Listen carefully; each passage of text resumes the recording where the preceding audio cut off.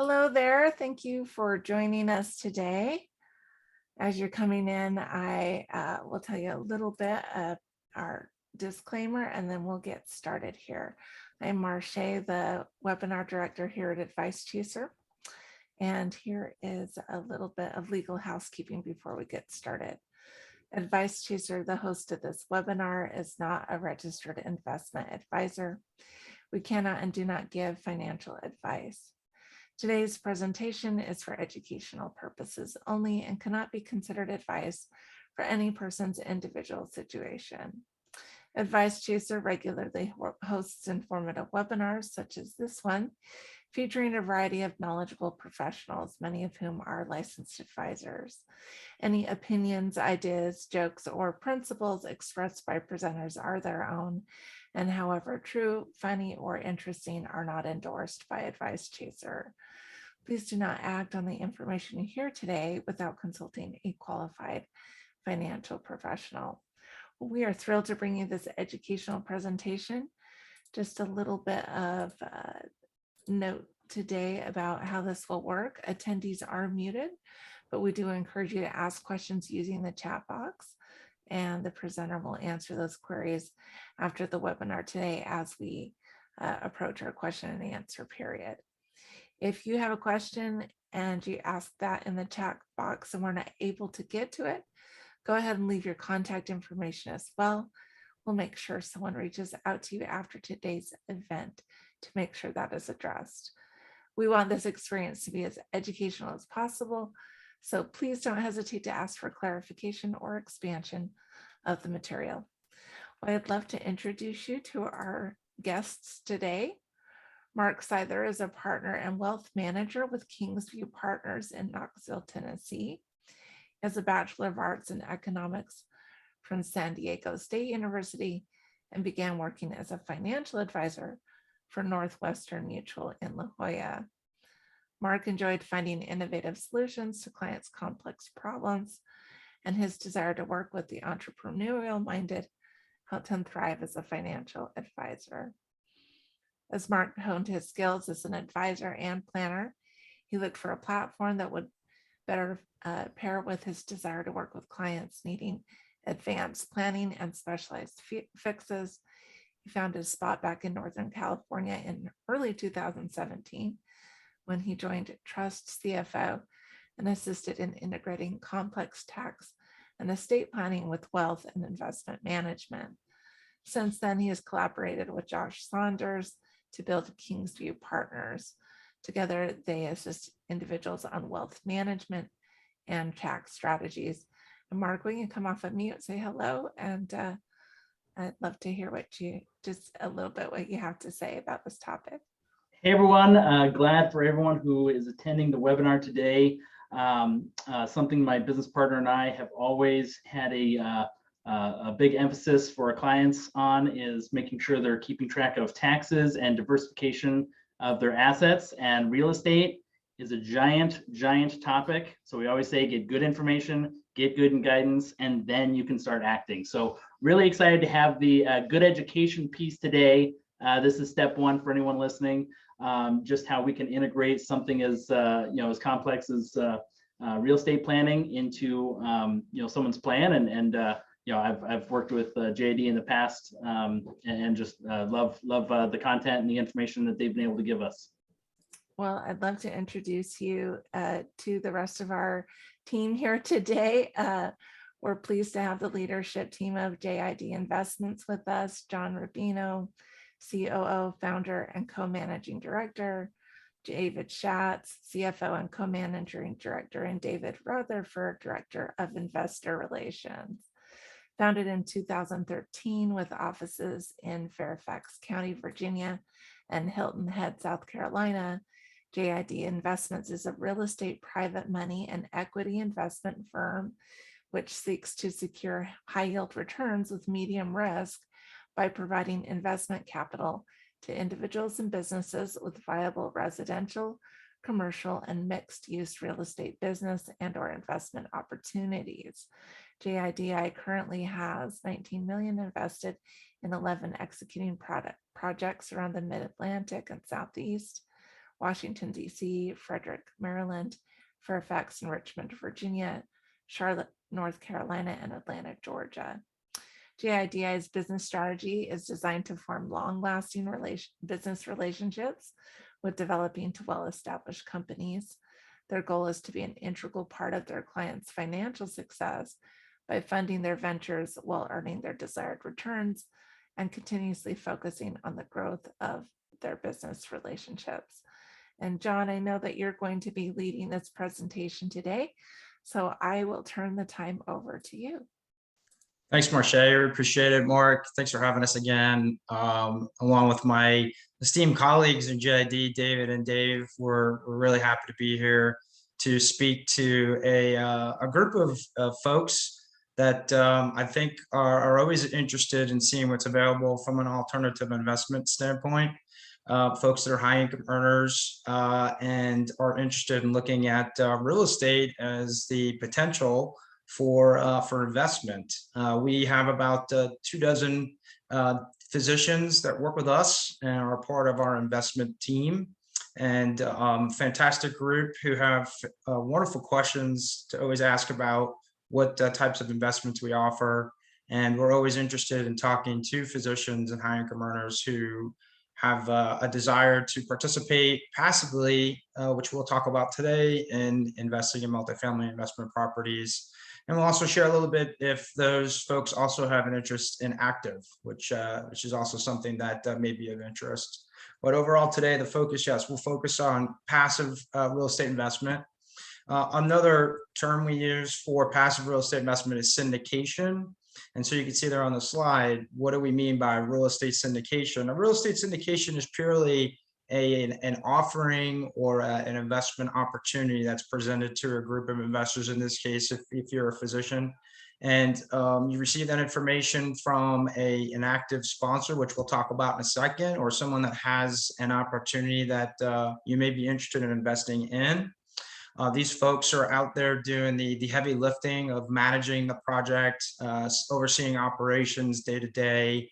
They're in charge of taking the project from the start and all the way to the exit, and basically are responsible for saying what they say they're going to do.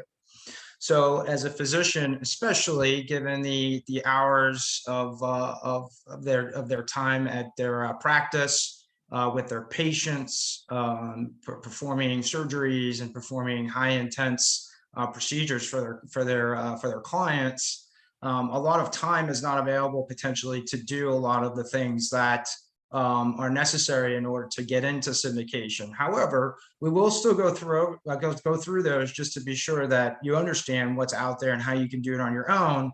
And then we'd also love the opportunity to share with you how we as a company offer it to our investors and those we work with. So in particular, when you work with a specific operator or a sponsor, obviously you want to make sure that they say what they can do, they have proof of concept, and they're in an area of investment that you're comfortable with. And we'll talk about those in a second. But from your perspective, your primary role in an investment, especially as a passive investor, is to provide the capital or funding that's necessary to help the sponsor with constructing or overseeing the project in which they're out pursuing to complete. Let me go to the next slide, Mark. So the different types of investment projects that are out there can range from a wide spectrum of asset classes, which what we call them, but the different types that are available purely in the residential and commercial area is multifamily or multi-housing, mixed use with some form of residential and retail or commercial space. Again, mostly multifamily housing. We have projects that are development and new construction. So you have a piece of land that is available to be built on, has to be developed. Utilities have to be put in place. Architectural drawings have to be approved by the county. You have a civil engineer that comes out. Once those things are completed and the county issues a building permit, then you as the developer or sponsor who is performing the active side of the project would then commence and build the structure they're going to put in place. It just depends on the type of investment you want to be involved in. We also have other investments which are longer term that deal in cash flow, where there's already an existing building with tenants in place. And so as an investor in an opportunity there, you're getting a fixed return as cash flow, typically treated as income. David will talk about that more in a bit on taxes. But you look at the different opportunities that are out there and are available as an investor, and you really have to decide which makes more sense. Do you want to be in a project that's more development, new construction, a lot more risk, but higher returns? Or do you want to be involved in a multifamily, let's say, cash flowing asset that's producing single digit returns cash flow year over year? But in something that's a little more safer and something that's performing in place when it first starts. Some of the other examples of asset classes that are out there, we have multifamily, we have the senior living, we have storage, there's student housing. So we always recommend, and we'll talk about in a second, is, get to know the sponsors, the locations, the different asset classes, and the types of returns you want to strive for to decide what's the best fit for you as an investor. And specifically as a physician, you want to look at, again, the time you can spend when you have the time to do this and go into those specific areas or tiers to make sure you know what specifically to go after and the other stuff that, may not be as important up front. And go to the next slide, Mark. So real estate, obviously, economists and financial gurus always say that the two best investments that are always available are real estate and the stock market. And we know right now, given the volatility of the stock market, hundreds of points down one day, hundreds of points up the next day, as an investor, someone that's got capital available, as a high income earner, you have that capital available. You can take on some of that volatility as part of your portfolio if you think it's something that you're comfortable with. And you could also look at real estate. Now, when people think real estate right away, I have to own the property. I have to deal with the tenants. I have to deal with the day-to-day operations. I have to make sure that my budget's good. I have to make sure my operating costs are in place. You're thinking as an active person, but to open the world of the passive side, where yes, you still have to have oversight of that, but you're not specifically involved in those day-to-day things where you have to be on top of that every second of the day. And you have a group that's out there doing it for you on the active side. With our company, we kind of add another layer where we act as liaison between the sponsors that have the projects that are out there doing this active investment.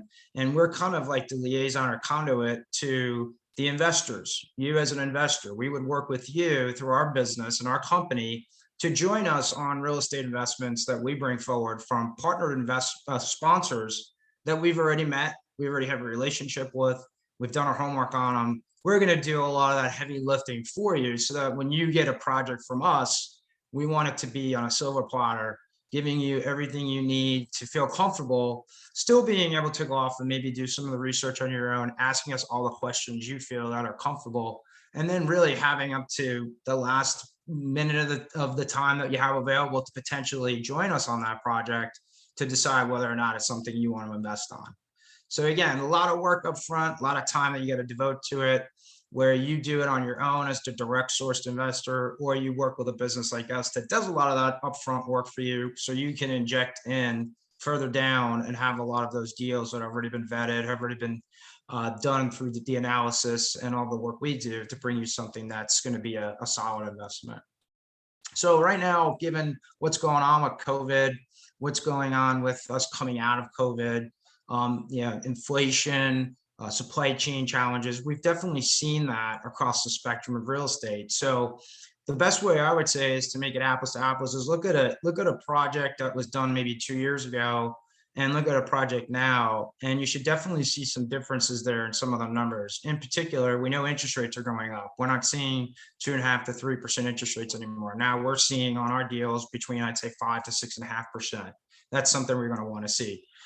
As far as the interest rates for the bank piece, which we'll talk about in a second. You want to see a little bit more of a contingency for costs for material. Usually 10% is a good number. Now we're seeing anywhere from 15 to 25%. That's built into the underwriting portion of the project to make sure that the numbers make sense and they're still going to produce the type of returns. Making sure you're in the right markets. We are very much in favor of being in the Washington, D.C., mid-Atlantic markets, down south to Florida, which includes Carolinas, Georgia, Tennessee, West Virginia, Alabama. We love those markets that because of the fact that they're very conservatively friendly, the climate is great, good cost of living, and the populations are strong, businesses are coming, so there's a lot of demand for housing in those markets, and that's why we're investing. But real estate is still going to be in a great position. There could be some rough waters ahead, but at the same time, there's always going to be opportunity, and you got to know what to look. You can't just look in a market that you just feel, oh, I have family there, so it's a great market. You got to do some of that research and some of that homework, which again, with our company, we're happy to do that. You can go to the next slide.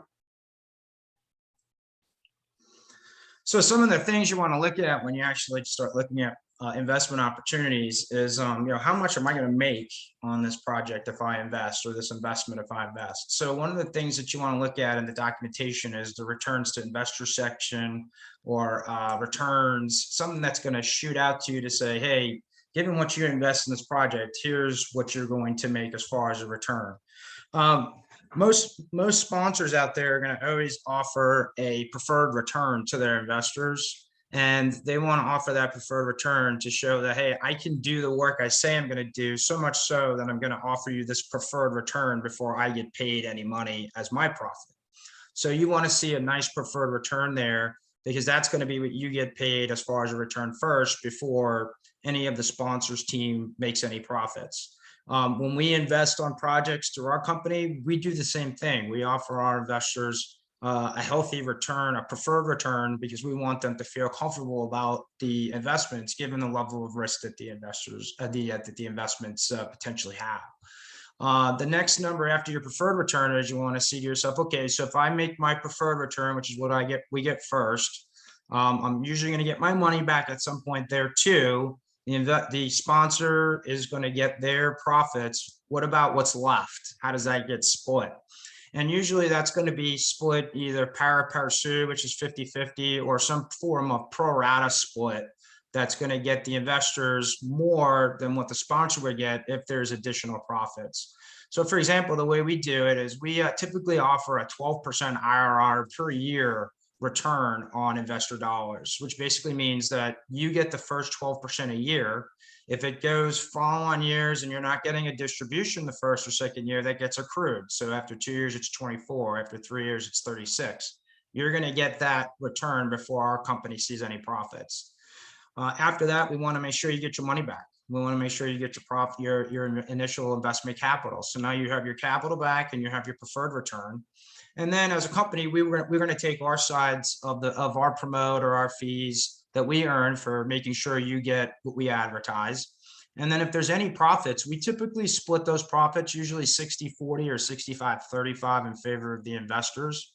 So in a perfect world, our preferred returns around 12%, but our targeted returns around 15 to 20% IRR a year on your money, given the types of projects we typically do. And that's probably in line with a more opportunistic type investment like development or new construction. If you're in multifamily or you're in a cash flowing project, you're likely going to see around a 6 to 7% preferred return, and then maybe somewhere where you get an additional 1 or 2%. So maybe around 8% a year with some appreciation that could get you in the mid to high teens for overall IRR. Okay. And John, Yeah. we had one question come in, and let me know if this would be better addressed on, we dive a little bit more into the taxes, but Sure. Someone was asking, hey, how far out can I defer out receiving, any returns, right? Sure. I mean, specifically obviously this is something that some people look to for tax benefits, right? Tax efficiency. And so, if someone were to, put money in there, how far out can they push out receiving money back?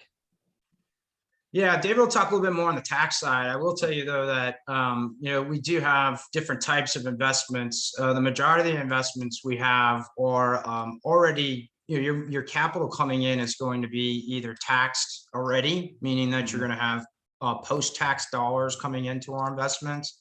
You can use a self-directed IRA, or if you have a trust, you can use a trust or a business, an LLC. But the majority of our projects are going to have already post-tax dollars coming in to the investment. We do have an investment which we could talk about in opportunity zones, which is a really neat investment opportunity where you can take tax deferred gains and invest those into an opportunity zone investment, which we could talk about maybe towards the end of the presentation, Mark. Perfect. Okay, next slide. So in our types of projects we're seeing, we're usually focused on development and new construction with a multifamily sponsor or mixed use sponsor. And the way it works is these folks have costs that are associated with ensuring the project is brought to fruition from start to finish. And so in order for them to be able to pay for these costs, they're going to have to put together a cost structure, or they'll put together what's called a capital stack in order to have the funds that are necessary to bring in to pay for these expenses for the project. So typically the bank is going to bring in the majority of the costs, usually around 50 to 75% of the amount that's necessary in order to execute the project, which leaves about another 25 to 50% for equity or private money. So money that have to bring in outside of the bank, which typically could be their own money, the money for their company, or going out to friends and family, as well as a syndication business like ourselves, or high net worth individuals or accredited investors that could come in and bring that capital for that type of project. So for an example, if you have a $10 million project and the bank's going to give the sponsor $7 million, there's still $3 million in costs that's necessary to be brought in. So that's where sponsors will come to a business like us or go out to investors like yourselves to raise the remaining amount of capital. Our way of doing it is we usually bring in anywhere between 70 to 90% of that remaining money. So in that example, I'd say $2.1 to $2.7 million would be coming in from us. And then we want to see the sponsor bring in at least 10% of the equity they're requesting from us. We call that skin in the game. We want to make sure that they have some of that money available as well, so they take on some of those risks as well as we are. And we also want to make sure that they obviously take into consideration the preferred return they're making on that money as well. So if we have $2.7 million and we're getting a 10% preferred return, the sponsor's also going to get that as well for bringing capital into the deal. But the equity that's required for these projects can range from 5, 6, 7, 8 figures. So it just depends on how much equity it's needed and how this capital stack is put together. And for us in our business, we're really good at working with sponsors that need around $500,000 to about $5 million in equity per project. What we do is we take those projects and we then, after reviewing them and confirming they're a good opportunity for our investors, we then bring it to our investors. Got about 180 investors that are a part of our network. And then our investors will have that opportunity to review the project and have the opportunity to come in to invest anywhere from around $25,000 to $50,000 a person or an investment. So if we're raising $3 million, let's say, of equity, we'll go out with about 100 units of investment at $30,000 a piece, minimum investment, to bring to our investors. Dave and I may do a unit each or 2 units each, because again, we want to make sure we're involved in those projects because we want to show that we have skin in the game and we want to make those nice returns as well. And then also gives, again, our investors the confidence that not only are we bringing a good project, but we're also putting our money at it as well, and our reputation. So that's kind of how we do it. We have a really nice and unique niche there because there's not a lot of people that are bringing in that size of capital. They're either bringing in 10 million or more through pension funds, and they're bringing in money from REITs, real estate investment trusts. But when you invest through us, which is private placement, you have the opportunity to come in and invest at a very nice entry point. Again, around $25,000 to $50,000 is the minimum. You could do more than that. You could do 2 units, let's say in my example, for $60,000, or 3 units for $120,000. But a lot of the investors that start with us like to get their toe wet and just get used to the fact that they can come in and invest with us at a very nice entry point and have a little diversification in a portfolio that includes passive real estate. All right, Mark, let's go to the next slide. So again, we talked about this a little bit, and just to reiterate, the ways that sponsors go out and raise that equity capital outside of what the bank's bringing in is they'll usually go out and either get a mezzanine loan or a loan that would be subordinate to a debt lender or bank lender. They'll go out to friends and family. They'll go through their company executives to see if they want to bring in capital, or they'll come to a business like us. And the nice part about coming to a business like us is that the sponsors are dealing with David, Dave, and I, and we will represent our investors for a given investment. So the sponsors don't need to have to work with the individual investors. We do that. And then at the same time, the investors can come directly to us if they have questions or they want to get information.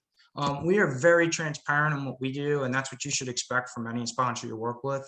We go out with quarterly updates that are very professional, include pictures of the project, updates to the budgets, returns, if there's delays, why, where the next milestones are. We also offer the opportunity for our investors to come and meet sponsors at groundbreaking events, come out and walk the projects, come and see where their investment is going. We welcome that, and we're always available to answer the calls and answer emails. We're very much transparent and always available. But that's what you want to see in a sponsor, someone that's very open, always willing to share information, not afraid to show the good deals and the bad deals, and always being available to support you and service you as the investor. Okay, go to the next slide. Well, we're going to shift into tax mode, and I do have to say this is probably one of the biggest, outside of just getting into real estate, the biggest topic that physicians and high income earners want to touch on. And so we're now going to have David run us through some of the tax scenarios and how it, really how it plays a role in the investor's balance sheet and financial life. Thanks, Mark, and good afternoon to all. I'm going to talk about some tax issues, and if you have any questions on these, just chime in and we can answer those after the presentation.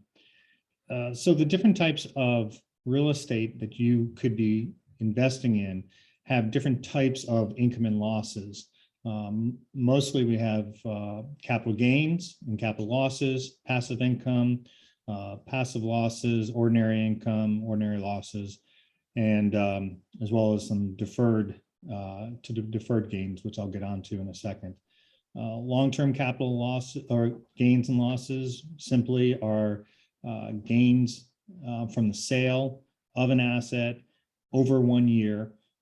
So most of our projects are at least 1 year. So at the end of a project, if we go into it at $5 million and we take $7 million out of it, we've got a $2 million capital gain.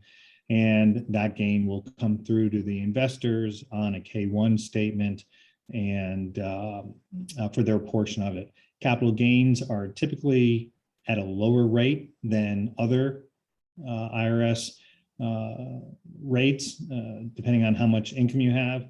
Today's presentation is for doctors. I'm going to assume that the doctors are all making well above average incomes.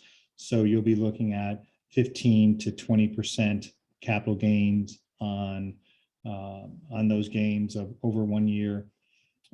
If you have lower income than in the lower income amount, the capital gains rate could be as low as 0 up to about 15. But once you hit about $100,000 in income, you'll be looking at 15% gains. And once you're at about $400,000 or $500,000 in income, you'll be looking at 20% gains.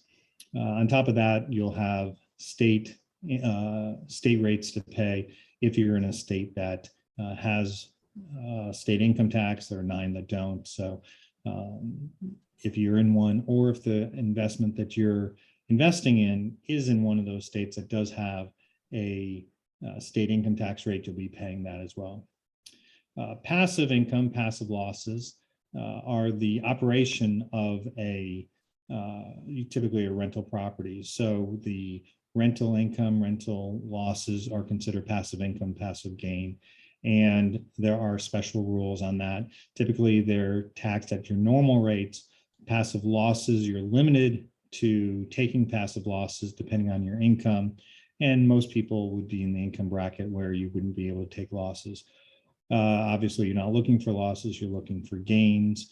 And so you just have to, you'll be paying taxes on the passive income at the normal IRS rates, depending on what your tax bracket is, anywhere from 0 up to a maximum in the mid to high 30s.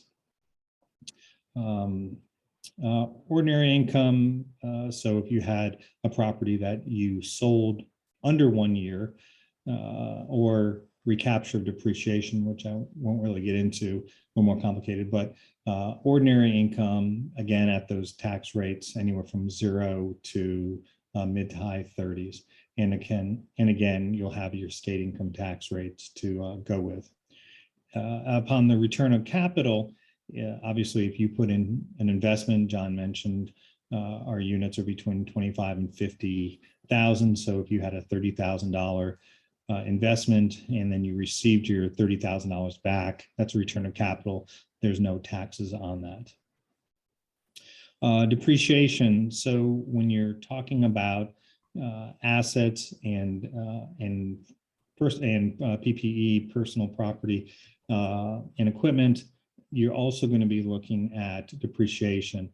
Land doesn't get depreciated, but the building and everything in it will get depreciated.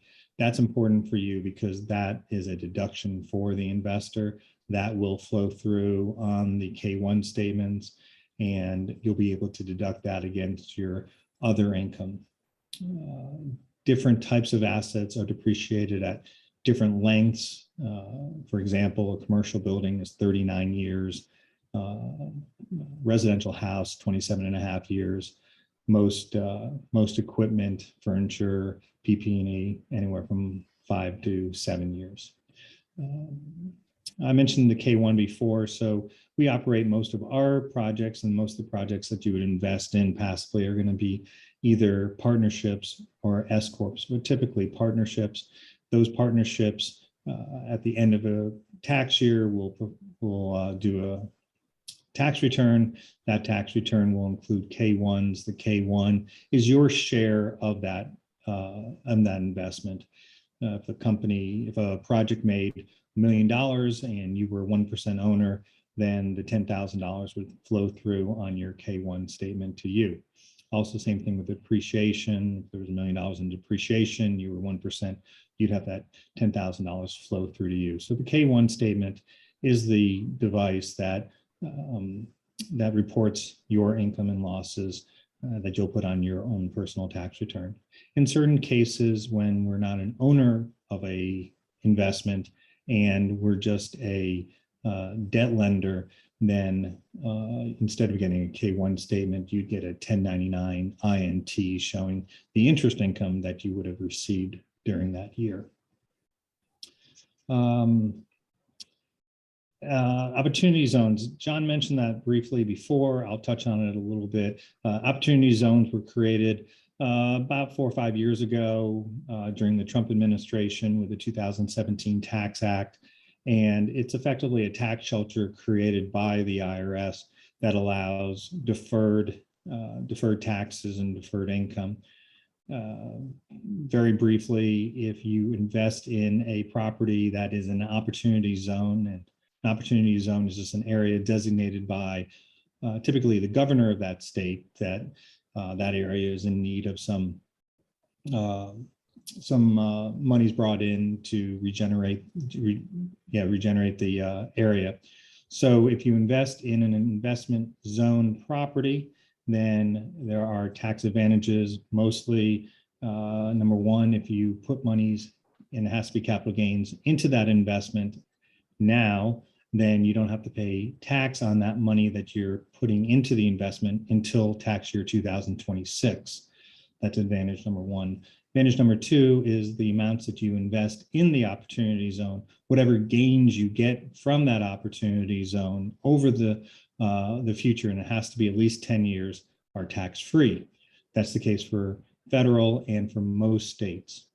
And then number three, you also have depreciation that is going to be created in the opportunity zone investment that flows through on the K-1s as well, and you'll get a deduction for that as long as you are in that project. There's also something called a 1031 exchange. 1031 exchange is where you would sell one property. You would not take the proceeds from that property. You would instead invest it into another property like kind of equal or greater value, and you can defer the gain from the first sale into the next investment, and you won't have to pay tax on that until you sell the next investment.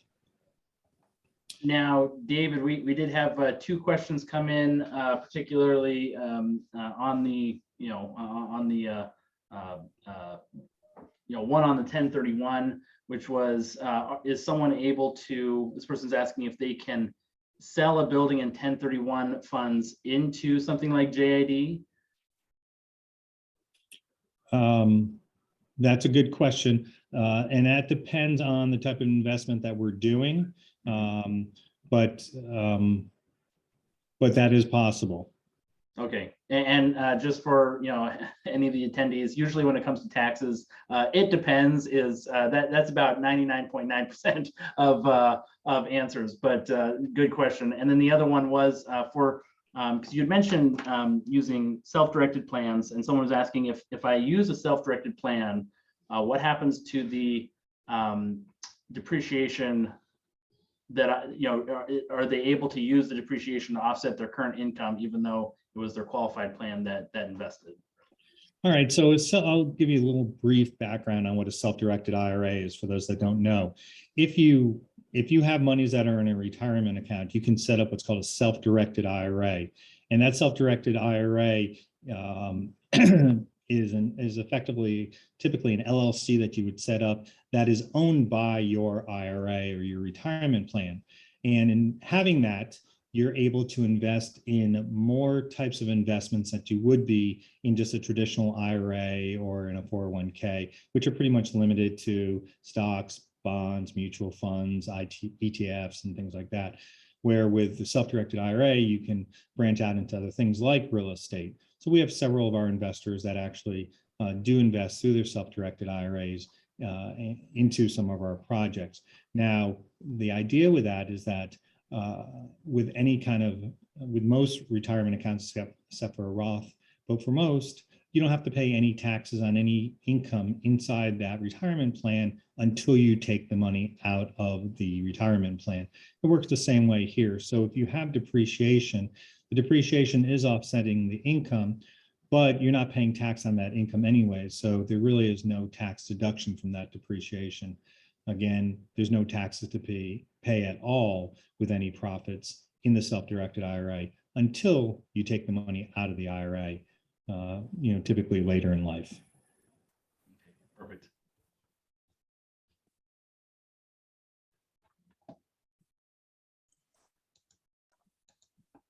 Perfect. All right. And now we'll jump back to John and just let's go over some ways people can get going. If someone, again, we've got the education piece. There's got to be some guidance too. I mean, this should really, we try and let people know this isn't ever an all or nothing thing, right? And so, how do people start integrating this and maybe testing the waters on using real estate syndication? Yeah, it's a good question, Mark. I think first thing you got to do is obviously make sure that you can qualify to participate as an investor in syndication. Most of the syndications that are out there are open only to a segment of folks that can participate. So most of the folks usually fit an accredited investor status, which high income earners, physicians typically reach that. That's an income of $200,000 if you file jointly for the last two tax cycles, $300,000 if you're married and file jointly. There are some other new criteria that the SEC has also identified. If you have questions specifically, we can help you with that. That's on the income side. If you don't meet the income side, then you can also look to see if you qualify with your net worth, which is $1 million or more, not including your primary residence or insurance policies or death benefits. So if you have savings, or you have investment property, you own a business, where you have capital available that's liquid, stocks, and you own that, and that takes you to a net worth with your assets minus your liabilities over $1 million or more, you're an accredited investor. So that's a check in the box. The other thing, again, you just want to make sure that, like you have on the slide, you do your research and get your education. There's some fantastic books out there. I'm not a self-proclaimed person, or I'm not proclaiming anything for anybody else, but I love Robert Kiyosaki only because he grounds things and he really explains things very well. The Rich Dad Poor Dad series books are fantastic. So, I mean, grow your academic knowledge of how to do it, who to put around you on your team. Someone like David is probably a top 3, if not top 2 on your list for his expertise. If you need someone that's familiar with real estate accounting, business accounting, having a good attorney on staff, or be able to have counsel from an attorney. If you want to get into things like opportunity zones, or you're looking at private placement, securities attorney is fantastic. So you want to have the right mix of people on your team so you can reach out and connect with those professionals. We will talk to you about our experiences and how we do things, but we're not, I'm not a financial advisor, a registered investment advisor. David could talk about tax things, but he's always going to preface it to make sure you talk with your own tax professional, just to make sure that your specific situation is met. After you get some of those prerequisites done, then it's, again, what do you want to get into? What are the type of returns you want to get? What are some of the things you're interested in as far as risk versus rewards? What's your portfolio look like? How much of that do you want to put towards passive real estate syndication or syndication in general? And again, how could you get in, like with us, where you just get your toe wet at a $25,000 to $50,000 level, which we feel is very accommodating to physicians and high-income earners who can participate and invest. You want to look and make sure that, when you invest with a company, whether it be ours or another, you get to see the secret sauce before you get to invest. And that's one of the things we really set ourselves about and pride ourselves on, is that we want to bring investors who have an interest with us to get to know us, meet us, learn about us, come maybe meet us in person. We prefer that too. Come see some of our projects. Just like when we're going to look at a sponsor, we would want that from an investor to look at us. And really get an understanding of what it is that we do, and explain to them in a way that they get it, in a way that they enjoy it. And then really it's just a matter of filling out some paperwork to then be in a position to see what we do, how we've done deals in the past, look at the specific packages we put together that are fitted through our attorneys, so that you get the chance to see everything, which is what you should expect from your sponsors. You should be able to ask them for operating agreements. You should be able to ask them for their documentation, their track record. That's what we're going to provide to you. And we like to do that up front, because we want you to get comfortable with us before you see the first deal. And when you get into a position where you're comfortable and you see everything and you know what to expect, and at least have 80% to 90% of that understanding, when you see your first deal, you're now in a position to say, I've seen this before, I know how these guys do it. Now I can potentially go through, do my due diligence, and get in a position to potentially invest. So that's very important, to make sure you can go through that process, make yourself a nice checklist and go through it. If you're going to go out and do this on your own, I would suggest you find good markets that are flourishing, especially that with potential bumpy roads ahead. You want to look at recession resilient. Notice I didn't say recession proof, but recession resilient markets. Why they are that way? Washington, D.C. is a great market because the federal government's only getting bigger, and we're the best thing in town. So that's why, D.C. is going to continue to do well. And we just got announced that Boeing headquarters is coming to D.C. Amazon HQ2 is in its second of 10 years of growth, where it's added already 6,000 employees to our area, not to mention the tertiary businesses that are associated and support Amazon. So that's why you want to invest in DC. But know that those are the types of questions. Those are the things you want to understand. We like Atlanta. Another quick reason we like Atlanta is because it's arguably bigger than Hollywood now. We have more movie actors and movie productions. Tyler Perry's down there. Will Smith's down there. People are growing in Atlanta because it's a booming market. So that's where you want to be. And those are some of the things you need to think about. Perfect. Hopefully that helps. Now we had a couple of questions come in. One of them was, what happens if someone gets into a deal and the deal just doesn't go as planned? Either it gets canceled, the sponsor cancels it, things get stalled. What happens in those scenarios? Or COVID hits. Or COVID, yeah. So, I don't know. Did that stall anyone really? Yeah, I'm right. Sure. Those are great questions, and these are the types of questions you want to ask our company and you want to ask your sponsors. we always have the road we are going to go down, preferably, right, to finish a project. And that's the ultimate exit that we want to have in a deal. But you also want to have your, what we used to call in the military, branches and sequels. If this happens, then that happens. It's kind of like that flow chart. So yeah, you always want to make sure that there's 2 or 3 or 4 ways to get out of a deal, to make sure that, number one, you protect your money, and number two, you can at least see some fruit for the money being invested and being involved in a transaction or investment. We've had deals that they didn't close, but we work with sponsors that the relationship we've have, the way we set up the structure, that deal that didn't close, we ended up getting all of our money back. Unfortunately, the sponsor had to lay out some capital, but given the fact that that sponsor understands the relationship and the foundation we've built, their most important person is the investor. So in that instance, we got our capital back. And you want to make sure you have that in writing, is that, hey, if X happens, do I still get my money back? If Y happens, do I still get my money back? But ultimately, you want to make sure you have multiple exit strategies that you can liquidate and get your profits and your return of capital first and your profits second. If a deal cancels, if a deal falls through, if a deal doesn't happen, you want to make sure that, and I mean this in all sincerity, that the only risk out there is your money. And a lot of times you have to be careful, because if the language isn't written properly in the operating agreements, you could get on the hook for recourse. What does that mean? That means the bank could come after you as well as a sponsor in that situation. So you're not going to lose your money. You could be personally liable. So these are the different things you have to read. What we do is, our money is really the most at risk, is that investors can lose their money. And I'm knocking on my desk because we've never lost a dime in our business. The worst deal we've had, we returned investors' capital. We were upset, but it wasn't meant to be. We got our capital out and we lived to fight another day. We had another deal 2 weeks later. We put that money in and it's growing well. So, but those are the things you definitely have to ask yourself. Insurance. How do I protect myself? What's this person's background? Have they ever been in any trouble before? Is there any issues with them? So these are all the things you need to look at when you're getting involved. Mm-hmm.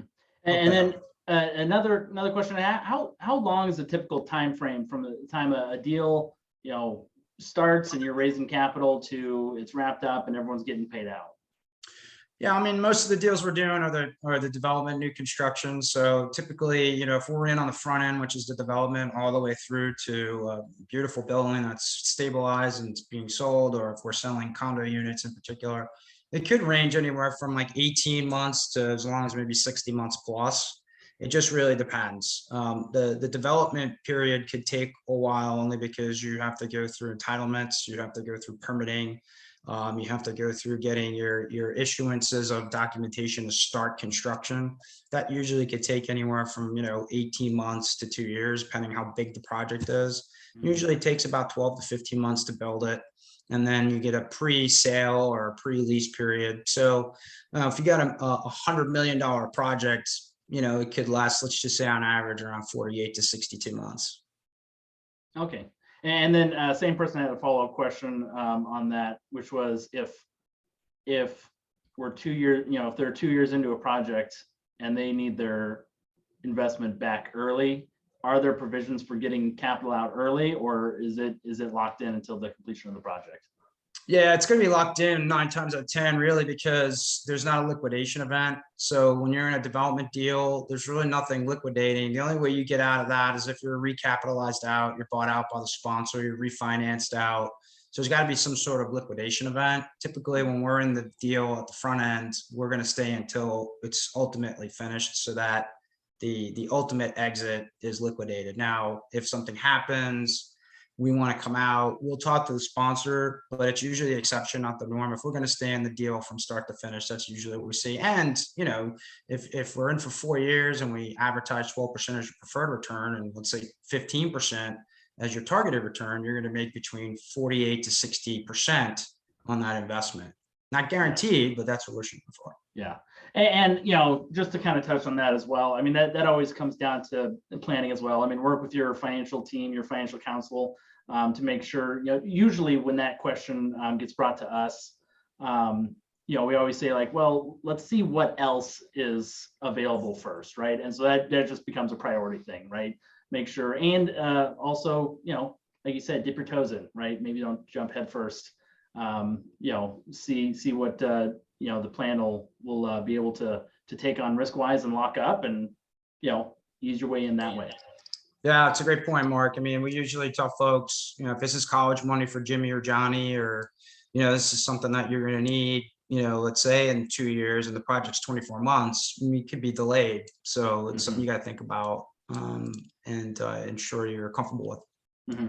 And then last question that came in was just about the different types of projects. Someone was asking if you ever do just straight renovations on multifamily, or if they're, if it's usually just new builds. We started out with single family renovation properties, fix and flips, which is what they're typically called. We still like those because of the fact that we're in and out of those usually anywhere between, let's say, 6 to 12 months. So we're willing, and David mentioned that during the tax segment, where we can do like a private equity loan or a debt loan. That's how we got started, and we were bringing in 80 to 90% of the money. The borrower was bringing in 10 to 20%. We still like those. Again, we're still getting that 12% to 15 or 12% prof, 15 to 20% targeted return, but only over a 6 to 12 month. We've done multifamily cash flow. We did a project with a group down in Norfolk, where we had 2 properties, one in Wilmington, South Carolina, one in Wilmington, North Carolina, Greenville, South Carolina. It's kind of a combined asset. It was right during COVID, but they still did real well. We ended up ending it sooner. Some of the renovations weren't done all the way, but we advertised, I want to say, around 15%. We ended up getting the investors between 10 and 12%. So still not too bad. Yeah, perfect. Well, that's all about the time we have for questions. And I want to say thank you to our guests for being here, and thank you to our attendees. Look for an email soon with a link to the replay of this event. We want to thank the organizations that have made this webinar possible. Here at Advice Chaser, we're all about helping you find a financial advisor who's a great fit for your life and your financial questions. Our matching service is free to you, and every one of our advisor partners has committed to offer a free initial consultation to anyone we introduce them to. Find out more by going to advicechaser.com and clicking on the link to find an advisor. Once again, from Advice Chaser, thank you so much, and we will see you at another webinar soon. Bye, everyone. Thank you. Thank you.